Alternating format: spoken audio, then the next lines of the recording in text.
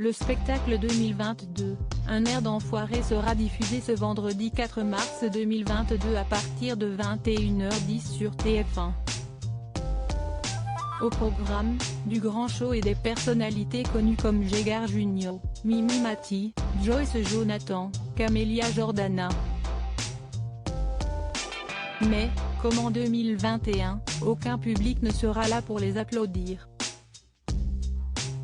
Et le public ne sera pas le seul grand absent puisque, comme il a été remarqué à Sud Radio dans l'émission du 2 mars 2022, les enfoirés n'ont jamais eu de personnalité politique parmi eux. S'agit-il d'un choix conscient ou est-ce un simple hasard? Sophie Bazou, bénévole et régisseuse des Enfoirés, a donné une réponse. Le statut de notre association fait que nous sommes une association totalement apolitique et à ce titre, il est hors de question que nous mettions en avant qui que ce soit. Une réponse claire qui explique pourquoi les personnalités du monde politique ne sont pas davantage impliquées dans les projets des Enfoirés.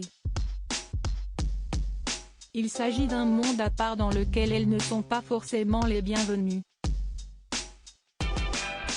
Quoi qu'il en soit, si l'absence d'hommes et de femmes politiques est plutôt encouragée par l'association, celle du public reste un gros problème. L'arrivée du Covid-19 a tout chamboulé, et notamment les événements habituellement publics. Lors de la même prise de parole pendant laquelle elle a parlé des politiques, Sophie Bazou est aussi revenue sur le fait que le montant des dons a fortement été impacté par l'interdiction du public d'assister au spectacle. Le public sera-t-il admis en 2023? On perd à peu près 4 millions d'euros en billetterie, soit un tiers de la part que rapportent les Enfoirés.